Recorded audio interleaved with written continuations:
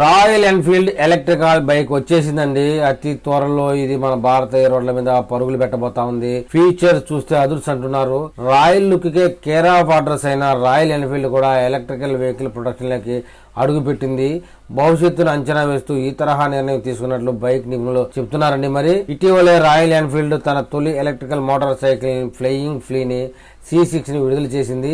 మరి ఈ bike features ఎలా ఉన్నాయి, మైలేజ్, కలర్స్, కాస్ట్ విషయం తెలుసుకుందాం. రాయల్ ఎన్ఫీల్డ్ ఒక భారతీయ బహుళజాతి మోటార్ సైకిల్ తయారీ సంస్థ. అత్యంత పురాతనమైన ప్రపంచ మార్కెట్ సైకిల్ బ్రాండ్. మొదటి రాయల్ ఎన్ఫీల్డ్ మోటార్ సైకిల్ ను 1901లో the Enfield cycle company England లో తయారు చేసిందండి. స్వదేశీ ఇండియన్ మద్రాస్ మోటార్ ద్వారా అసలైన ఇంగ్లీష్ రాయల్ ఎన్ఫీల్డ్ నుంచి లైసెన్స్ పొందింది.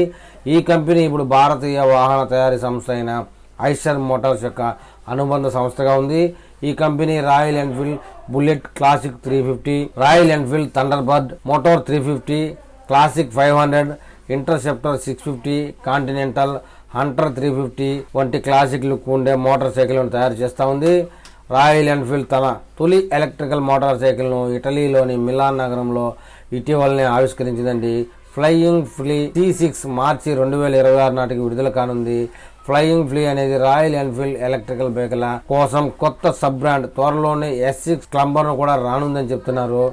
రెండవ ప్రపంచ యుద్ధంలో రాయల్ ఎన్ఫీల్డ్ తయారు చేసిన మోటార్ సైకిల్ ఆధారంగా ఫ్లయింగ్ ఫ్లీ C6 డిజైన్ చేశారు. ఈ లో స్లంగ్ బాబర్ స్టైల్ రేక్అవుట్ గార్డెన్ స్మైల్ ఫోర్కులతో 1940 నాటి సస్పెన్షన్ స్టైల్ ను పోలి ఉంది.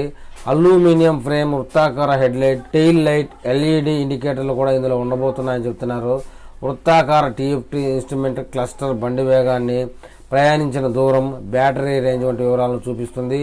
నావిగేషన్ డిస్ప్లే, బ్లూటూత్ కనెక్టివిటీ కూడా అందులో ఉండబోతా ఉంది. Traction control, cornering, ABS, cruise control, 5 riding మోడ్లను ఇది రాయల్ ఎన్ఫీల్డ్లో తొలి బైక్ అని చెప్పవచ్చు. Flying flea C6 aluminium frame కలిగి ఉంది. ఇది బడ్జెట్ ఈవీలతో చాలా అరుదు.